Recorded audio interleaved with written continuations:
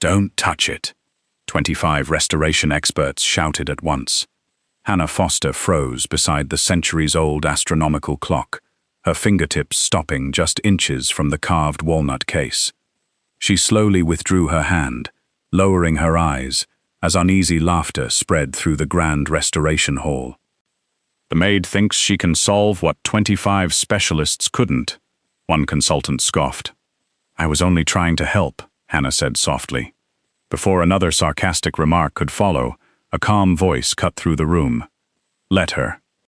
Every head turned toward Adrian Moretti. No one questioned the order. Hannah stepped forward, closed her eyes for a brief moment, gently rotated a hidden gear concealed beneath an ornamental brass moon, and stepped back. Click. The ancient mechanism awakened. The clock began ticking. No one applauded. No one even breathed, because every person in that room had just watched the impossible happen. For several long seconds, no one moved. The rhythmic ticking of the astronomical clock seemed impossibly loud in the silence that followed. It echoed through the grand restoration chamber, where 25 of the country's most celebrated experts stood staring at the masterpiece they had declared beyond repair. Victor Lang was the first to recover. "That's impossible." He stepped forward so quickly that 2 assistants nearly collided with him. Ignoring everyone else, he crouched before the clock and carefully examined its intricate brass gears through a magnifying loupe. His confident expression slowly dissolved into confusion. "The escapement hasn't been replaced," he muttered. He checked another component. No scratches. Another. No forced adjustments. His breathing became noticeably slower. It shouldn't be working. One by one, the other specialists gathered around the clock. Some inspected the celestial dial. Others removed the rear access panel they had opened dozens of times over the previous 3 days. Every measurement was identical to the records they had made earlier. Nothing had been replaced. Nothing had been modified. Nothing had been damaged. Yet the ancient mechanism now operated with perfect precision, its planets revolving smoothly, while the polished moon completed its silent journey across the miniature night sky. Whispers spread through the room. What did she see? "I don't understand. We all examined that gear. There must be another explanation." Standing a few steps away, Hannah Foster quietly held the silver coffee tray against her apron, wishing the attention would return to the clock instead of herself. She had never intended to become the center of the room. She had only wanted to prevent irreversible damage. Adrian Moretti observed her instead of the experts. Unlike everyone else, he wasn't searching for the missing technical answer. He was studying the woman who had solved the impossible without celebrating herself. "You knew exactly where to look," he said calmly. Hannah met his eyes for only a moment before lowering them again. "I heard it." The room became quiet once more. Victor frowned. "Heard what?" "The clock was speaking," Hannah answered gently. Several experts exchanged skeptical glances. She realized how strange that sounded and offered a small apologetic smile. "My father used to say, every old clock has its own voice. When one gear falls out of rhythm, the sound changes before anything else does." She glanced toward the restored masterpiece. "When everyone was discussing what they could see, I listened to what I couldn't." No one laughed this time. Even Victor remained silent. Adrian walked toward the clock, then stopped beside Hannah instead. "Your father restored antique clocks." "Yes." "For many years?" She nodded. "He repaired them in a small workshop behind our house. I spent most afternoons handing him tools, polishing gears, and learning how every movement depended on another." "You never studied professionally." A faint smile touched her lips. "My father was my school." There was no bitterness in her voice, only gratitude. Adrian found that answer strangely moving. He had spent his entire career surrounded by people who proudly displayed certificates, awards, and prestigious titles. Yet the woman beside him, dressed in a simple maid's uniform, possessed a level of intuition none of them could explain. One of Adrian's assistants quietly approached. "Sir, the board meeting in 15 minutes. Your helicopter is ready." Normally, Adrian would have left without hesitation. Moretti Holdings never waited. Neither did the other responsibilities that accompanied the powerful name he carried. Instead, he looked at Hannah, then at the restored clock. Finally, back to his assistant. "Reschedule it." The assistant blinked. "Sir, every director has already arrived. They can wait." The words were spoken without raising his voice, yet no one questioned them. After the assistant hurried away, Adrian turned back to Hannah. "If you don't mind," he said, "I'd like to hear more about your father." For the first time since entering the room, Hannah looked genuinely surprised. No one had asked about her story in years, and somehow, that simple question meant far more to her than all the astonished stares surrounding the ancient clock. The following morning, life inside the Moretti estate appeared to return to normal. Housekeepers polished marble floors until they reflected the crystal chandeliers overhead. Gardeners trimmed immaculate hedges lining the circular driveway. Chefs hurried through the enormous kitchen, preparing breakfast for guests and executives who seemed to arrive every hour. Hannah preferred days like this, quiet days, predictable days. After yesterday's extraordinary event, she hoped everyone would simply forget about her and remember only that the family clock had been saved. Unfortunately, the mansion had other plans. Just as she finished arranging fresh flowers in the east wing, a butler approached with a polite smile. "Miss Foster, Mr. Moretti would appreciate your assistance in the library." She blinked. "My assistance?" "Immediately, if possible." Curious, she made her way to the vast private library, where shelves of leather-bound books stretched toward the vaulted ceiling. Adrian stood beside an antique barometer mounted on the wall. "It stopped working," he said. Hannah studied the instrument for no more than 5 seconds. Then she looked at him. "You forgot to wind it." A brief silence followed. Adrian glanced at the tiny winding key resting plainly on the table. "I suppose I did." She smiled politely, wound the mechanism twice, listened for a moment, and handed the key back. "There you go." The needle immediately began moving again. She thanked him for calling her and quietly left. The moment the door closed, Adrian allowed himself the smallest smile. His elderly grandmother, Eleanor Moretti, who had witnessed everything from her favorite reading chair, looked over the edge of her novel. "You forgot?" she asked. "No. You deliberately didn't wind it." "I wanted to see if she noticed." Eleanor laughed softly. "You are a terrible liar, Adrian." He didn't deny it. The next afternoon, Hannah received another message.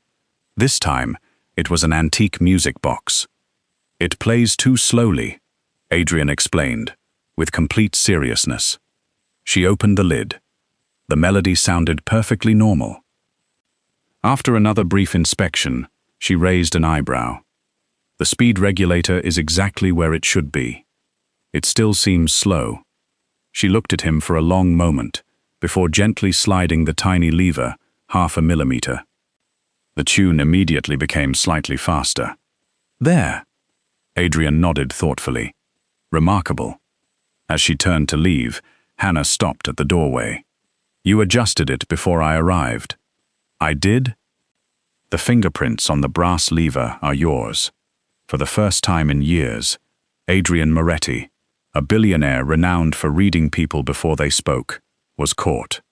His expression remained calm. His eyes, however, betrayed him. They were trying not to laugh. Hannah couldn't help smiling.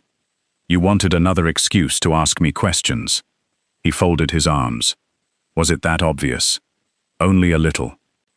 Over the following weeks, similar incidents continued. A carriage clock that had somehow lost 5 minutes. A Victorian calendar mechanism that refused to change dates. An antique telescope with a focusing wheel that supposedly felt too stiff. Each problem required less than 2 minutes to solve. Each time, Hannah discovered there had never been a real emergency. By the fourth occasion, she entered Adrian's office carrying a small toolbox before he even explained the situation. "Which object are we pretending is broken today?" she asked. He looked genuinely offended. "I have no idea what you mean." She glanced toward an 18th century desk clock. "That one." It stopped. She listened. No. It hesitated. No. It looked uncertain. This time Hannah laughed. A real laugh. Warm. Unrestrained. The sound surprised both of them. Adrian realized it was the first time he had heard her laugh without caution, as though she had briefly forgotten to protect herself from being judged. Later that afternoon, while repairing a loose hinge on a display cabinet that actually did need attention, Hannah spoke about her past without being asked. "My father owned a tiny repair shop," she said, tightening a brass screw with practiced precision. "People brought him clocks that everyone else had given up on." "Were you always interested?" "I was interested because he was." She smiled at the memory. "He never treated me like a child who might break something. When I was 10, he trusted me to polish balance wheels. By 12, I could dismantle simple movements. By 16, he would ask what I thought before making a difficult repair." Adrian listened without interrupting. "After he died," she continued quietly, "I applied to restoration workshops all over Illinois." "And? They admired my portfolio?" She paused. "They admired my father's work." Another pause. "But when I arrived for interviews, they saw me instead." No bitterness entered her voice. Only quiet acceptance. Some said the apprenticeship had already been filled. Others suggested I would be happier in customer service. One owner actually told me expensive collectors preferred someone who looked the part. She lowered her eyes briefly. So, I stopped knocking on those doors and became a maid. I became someone who could pay rent. The room fell silent. Adrian looked at the intricate clock she had just restored in minutes. Then back at the woman who had spent years hiding extraordinary talent behind an ordinary uniform. For the first time, he understood that Hannah hadn't buried her gift because she lacked confidence. She had buried it because the world had never given it a chance to breathe. Within a month, an unusual routine had quietly settled over the Moretti estate. Whenever an antique object required inspection, the request no longer went to an outside consultant first. It went to Hannah. At first, the assignments were simple. An 18th century carriage clock that had lost several minutes each week. A French mantel clock whose chimes sounded slightly uneven. A centuries-old compass enclosed in an elaborate brass housing that had begun sticking whenever humidity changed. Hannah approached each piece with the same quiet respect. She never rushed. She never showed off. Before touching anything, she would spend several moments simply observing. Sometimes she closed her eyes and listened. Other times she ran her fingertips lightly across carved wood or polished metal, as though greeting an old friend. The estate staff began gathering discreetly outside restoration rooms whenever she worked. Not because she performed dramatic miracles, but because watching her felt strangely peaceful. She made difficult things appear gentle. Adrian found himself inventing fewer excuses to see her. He no longer needed them. Now there were legitimate reasons. The Moretti family possessed one of the largest private collections of historical mechanical artifacts in the Midwest. Many had remained untouched for decades because previous specialists feared causing irreversible damage. One afternoon, Adrian unlocked a climate-controlled gallery that even senior employees rarely entered. Rows of antique clocks, celestial instruments, music boxes, navigation devices, and handcrafted automata rested behind protective glass. "My grandfather collected these," Adrian said quietly. "He believed craftsmanship deserved to outlive the people who created it." Hannah slowly walked through the gallery. Her eyes widened, not with greed or excitement, but with genuine admiration. She wasn't looking at their monetary value. She was imagining the hands that had built them centuries before. She stopped before an intricate Viennese regulator clock. "May I?" Adrian nodded. She carefully examined the cabinet. Instead of opening it immediately, she smiled. "Someone repaired this 40 years ago." "You can tell? The replacement screw is machine cut." She pointed toward a nearly invisible brass fitting. Everything else was handmade. Adrian looked closer. She was right. Even with years of business negotiations, acquisitions, and evaluating priceless assets behind him, he had completely missed the tiny difference. "You notice details everyone else ignores," he admitted. Hannah smiled softly. "My father used to say, small things tell the biggest stories." As the weeks passed, something else inside the mansion began changing. The atmosphere. Employees noticed their employer lingering during lunch, instead of eating alone in his office. He occasionally asked cooks about family recipes. He thanked gardeners by name. Once he even helped an elderly groundskeeper carry heavy flower pots across the courtyard. The staff exchanged bewildered looks. One afternoon, two maids quietly watched Adrian and Hannah discussing an antique music box in the conservatory. "I've worked here 12 years, whispered one. "I've never seen Mr. Moretti smile twice in the same conversation." Her colleague nodded. He smiled 3 times. Neither woman realized Eleanor Moretti was seated nearby, pretending to read.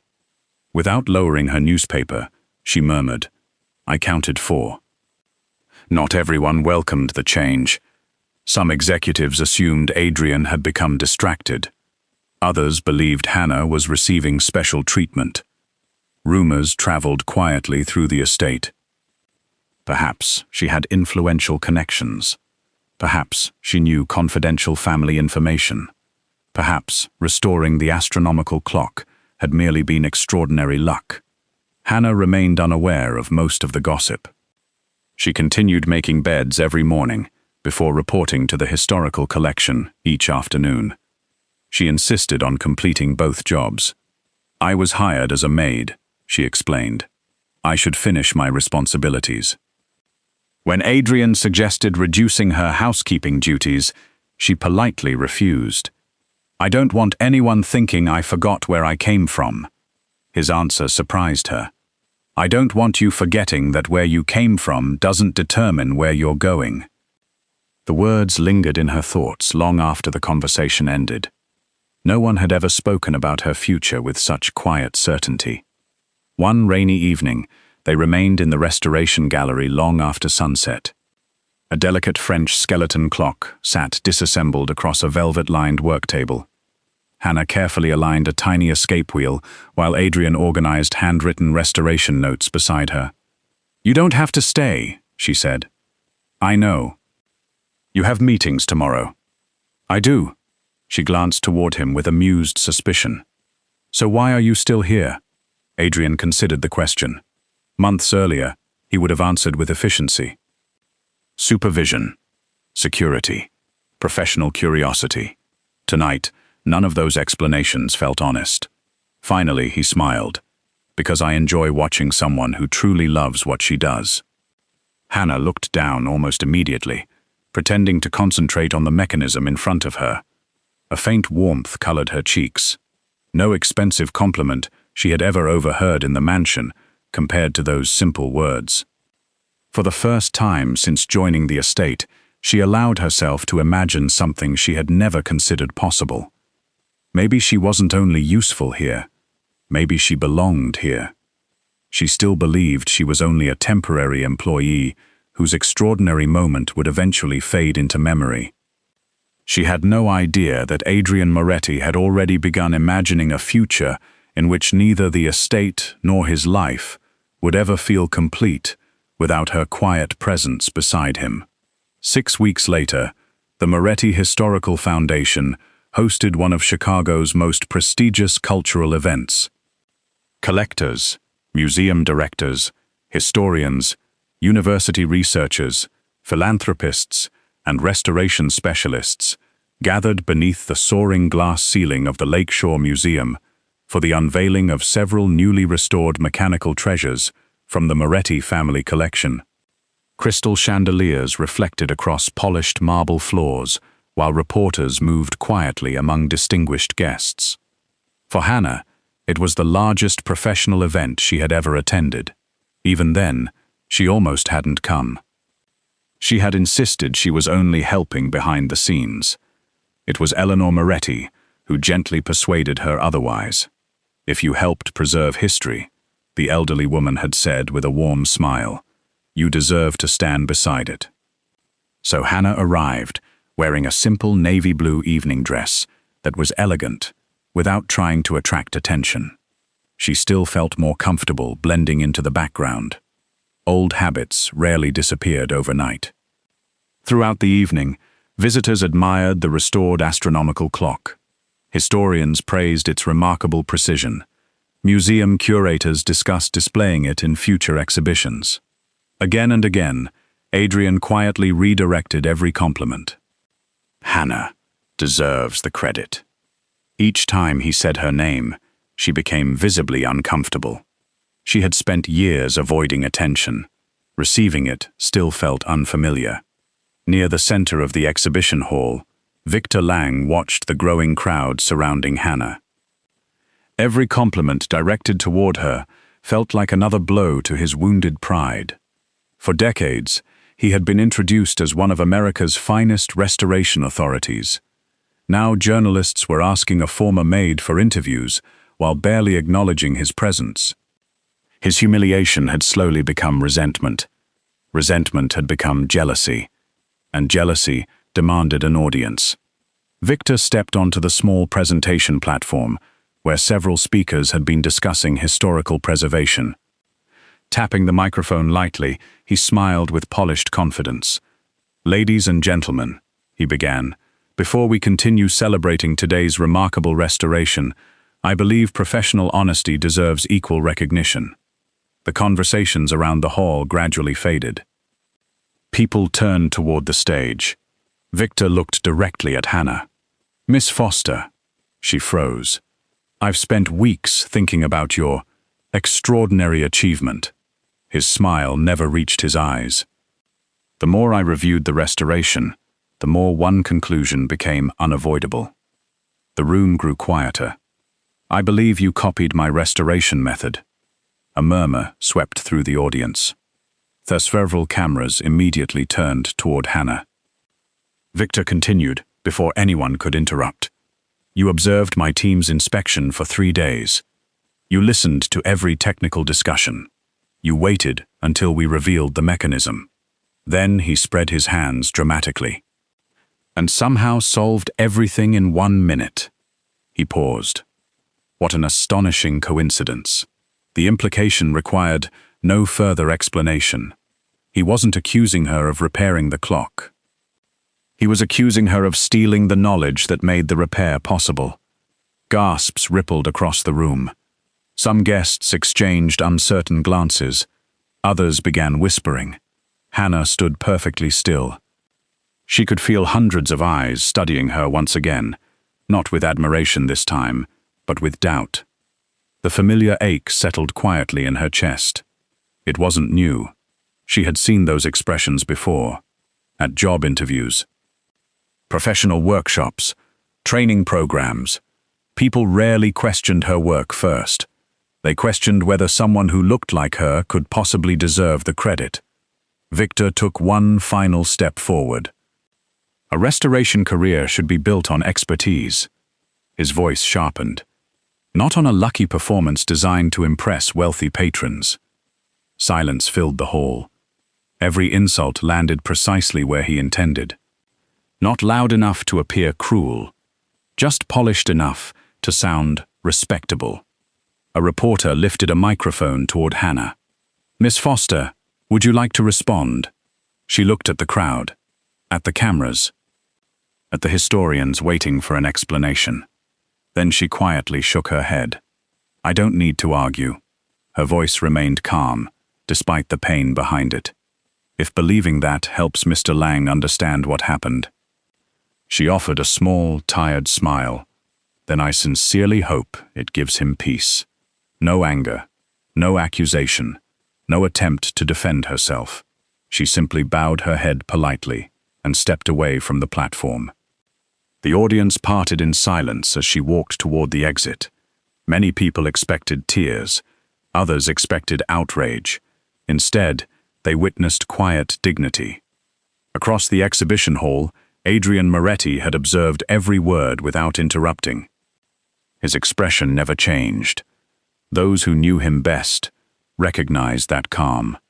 It was the calm that always came before a decision from which there would be no retreat. Victor believed he had won the room. He had no idea that, within the next few minutes, every accusation he had made would be dismantled with the same precision Hannah had once used to restore an ancient clock. The heavy doors of the exhibition hall had barely begun to close behind Hannah when Adrian Moretti finally moved. He did not raise his voice. He did not confront Victor. He simply walked onto the presentation platform with the calm confidence that had built one of the country's most powerful business empires. The room instinctively fell silent. Those who knew Adrian understood something important. When he spoke softly, everyone listened more carefully. "Ladies and gentlemen," he began, his measured voice carrying effortlessly across the hall, "Mr. Lang has raised a serious accusation." He glanced briefly toward Victor. And serious accusations deserve serious evidence. Victor folded his arms. "Exactly." Adrian nodded once. "I agree." The response caught everyone by surprise. There was no anger, no threat, no visible hostility, only absolute composure. Adrian turned toward the museum director. "Would you be kind enough to assist me?" The director immediately stepped forward. "Of course, Mr. Moretti. I would like to review the security recordings from the restoration chamber." Victor smiled confidently. "Please do. And," Adrian continued, "I'd also like every restoration log, inspection record, maintenance report, and expert recommendation submitted during those 3 days." Within minutes, museum technicians connected the surveillance footage to the enormous presentation screen hanging above the exhibition floor. The first recording appeared. The timestamp showed the morning the restoration project had begun. Guests watched 25 renowned specialists surrounding the astronomical clock. Victor himself explained possible causes. Several experts proposed removing internal components. Others debated dismantling the mechanism entirely. Hour after hour, the footage continued. Every recommendation, every disagreement, every unsuccessful attempt. Nothing was skipped. Nothing was edited. The atmosphere inside the museum slowly changed. People stopped whispering. They started paying attention. When the recording finally reached the decisive moment, Hannah appeared carrying a silver coffee tray. She quietly served refreshments without interrupting the discussion. Then the video clearly showed her standing several feet away, while the experts argued among themselves. She never approached the mechanism. She never touched any documents. She never examined Victor's notes. The footage even revealed something most people had forgotten. During the debate, Victor had repeatedly blocked others from approaching the clock, insisting only his team should handle it. Adrian allowed the irony to settle over the audience before speaking again. "It appears Miss Foster had remarkably little opportunity to steal anyone's method." A few restrained chuckles spread through the hall. Victor's confident smile weakened.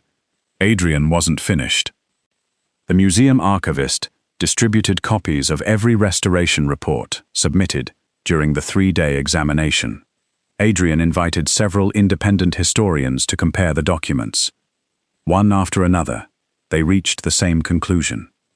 Every proposed solution involved opening the movement, replacing components, or partially dismantling the clock. None mentioned listening to the rhythm of the mechanism. None referred to the concealed balancing gear hidden beneath the ornamental brass moon. None described the simple adjustment Hannah had made. An elderly horological historian slowly removed his glasses. "I've reviewed restoration records for 40 years," he said. "I cannot find Miss Foster's solution anywhere in these documents." Another specialist nodded. "Neither can I." A third expert added quietly. "If anything, her approach contradicts most of our recommendations." The audience erupted into surprised conversation. Victor's accusation had begun collapsing under the weight of its own certainty. His face turned noticeably pale. "There must be another explanation," he insisted. Adrian looked directly at him. "There is." The room became silent again. "The explanation," Adrian said evenly, "is that extraordinary ability sometimes appears where pride refuses to look." No applause interrupted him. No one dared. His words landed with greater force than shouting ever could. Adrian then accepted a slim leather folder from his assistant. Inside were employment records, restoration notes, photographs of Hannah's father's workshop, and dozens of sketches she had created over the years while studying antique mechanisms during her free time. He held up one carefully preserved drawing. This sketch was made almost 12 years ago. It illustrated a balance assembly nearly identical to the one inside the Moretti astronomical clock. It predates this restoration project by more than a decade. Several historians leaned forward. The date was unmistakable. The handwriting belonged to Hannah. Her knowledge had not appeared overnight. It had been patiently built through years of unseen dedication.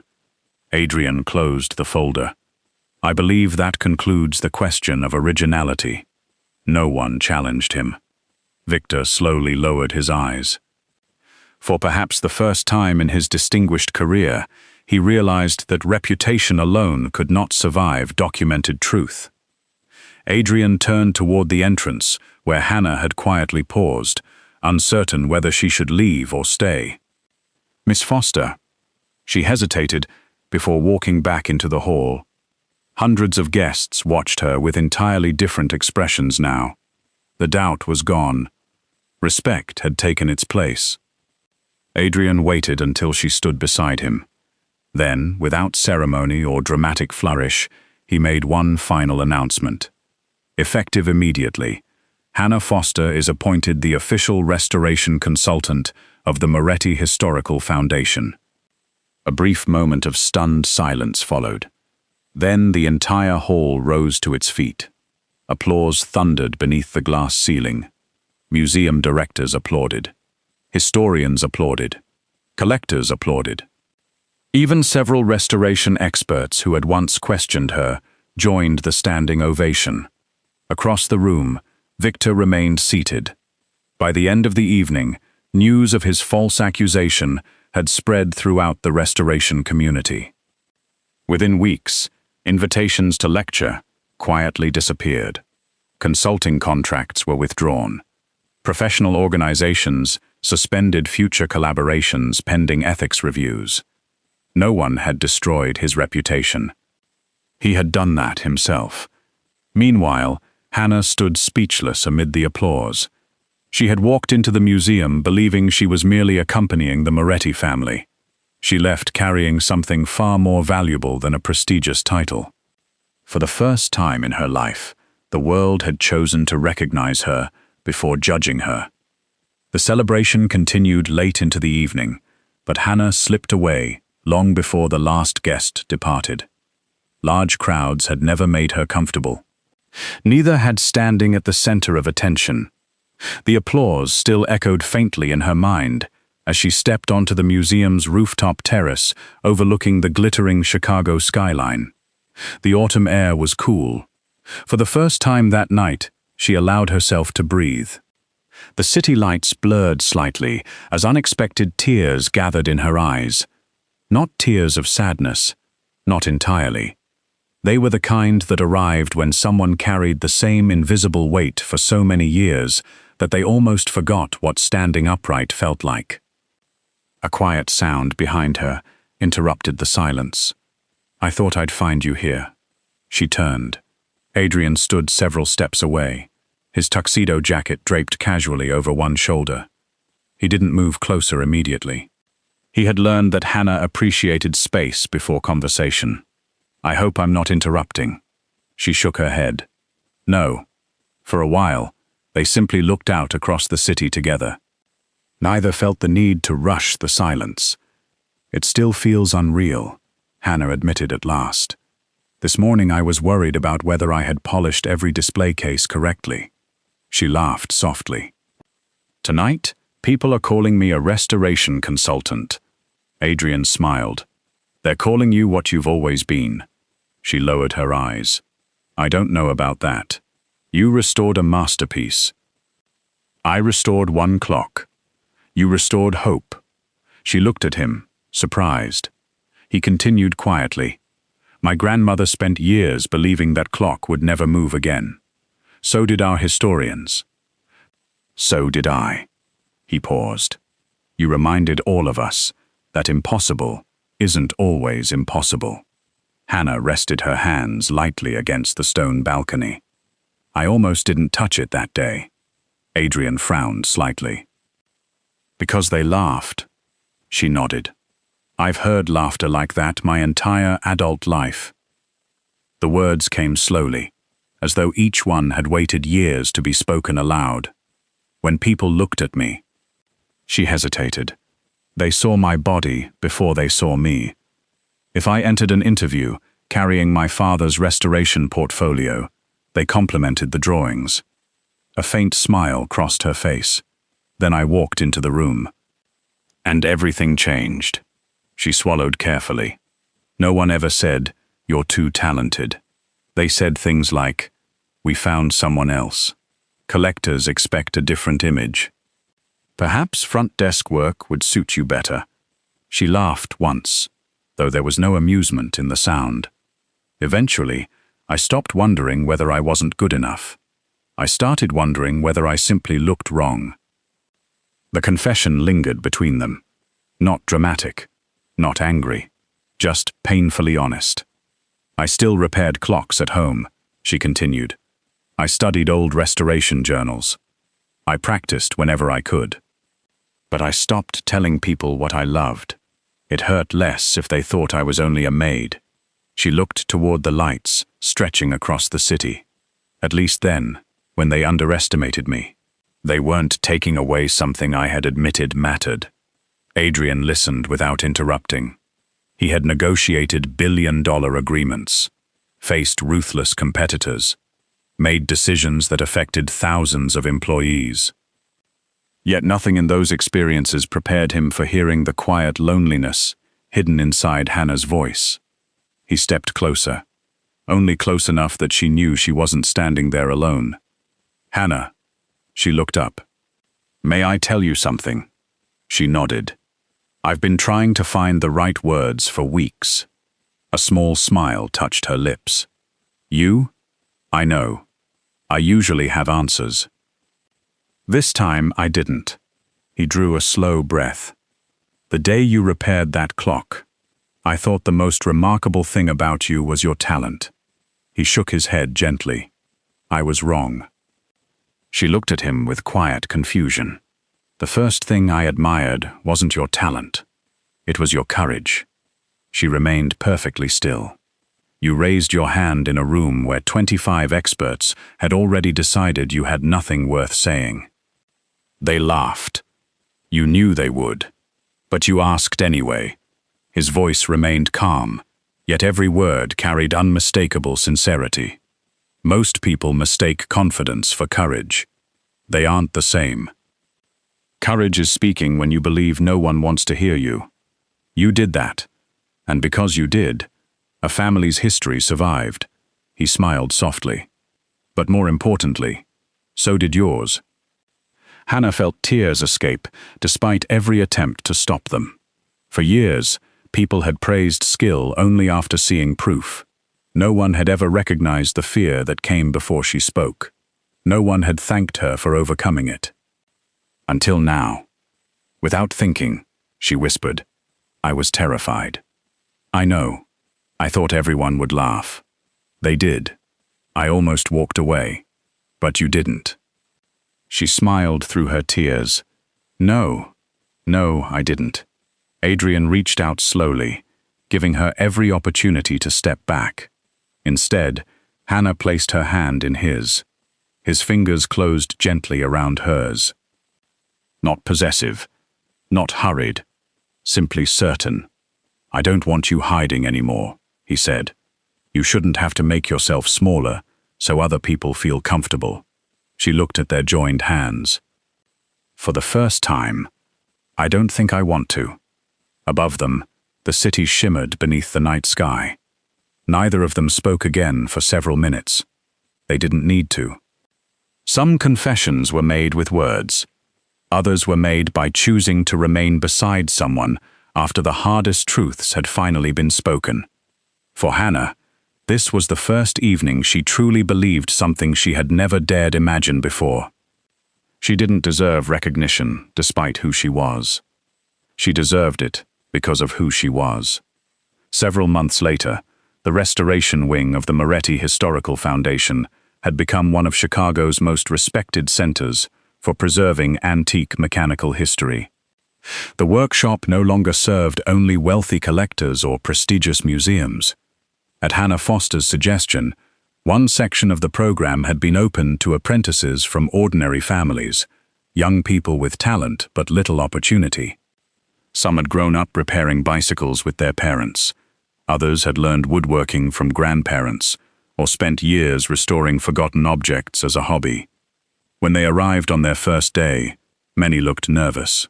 They reminded Hannah of herself. She greeted each one with the same words. You don't have to prove that you belong here. You only have to be willing to learn. The workshop quickly earned a reputation for something rare. It valued patience over prestige, curiosity over titles, character over appearances, exactly as Hannah's father had once taught her. One sunny afternoon, journalists gathered inside the restored gallery to celebrate another successful conservation project completed by the foundation. As cameras flashed, one reporter raised a question that had quietly followed Adrian for months. Mr. Moretti, what made you trust a maid with priceless history? The room became silent. Many expected him to speak about Hannah's extraordinary talent. Others assumed he would describe the famous astronomical clock. Instead, Adrian looked toward Hannah, who was helping a young apprentice carefully adjust the hands of an antique mantel clock. A warm smile crossed his face. Then he answered. She didn't restore an old clock. He paused, just long enough for every person in the room to listen.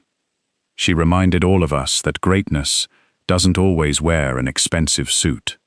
The words spread quickly through newspapers, television interviews, and social media. But for Hannah, they mattered for a far more personal reason. They reminded her that the man she loved had always seen beyond appearances, long before the rest of the world did. After the interview ended, the museum gradually emptied. The apprentices headed home, laughing together as they discussed the day's lessons. The evening sunlight filtered gently through the tall windows, bathing the gallery in a golden glow. Hannah stood beside the restored astronomical clock that had changed the course of her life.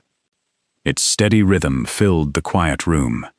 She smiled, not because the clock was perfect, but because she no longer measured her own worth by the opinions of strangers.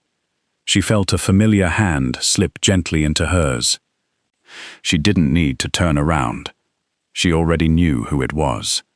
Their fingers intertwined naturally, without hesitation. This time, Hannah did not instinctively pull her hand away, or wonder whether she deserved to stand beside him. She simply held on.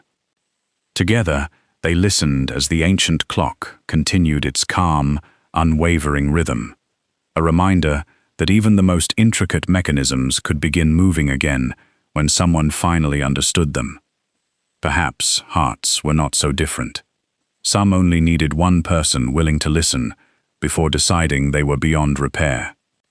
And from that day forward, Hannah Foster was never invisible again. Not to the world, not to herself, and certainly not to the man who had first recognized her greatest gift, not hidden inside an ancient clock, but quietly beating within her all along.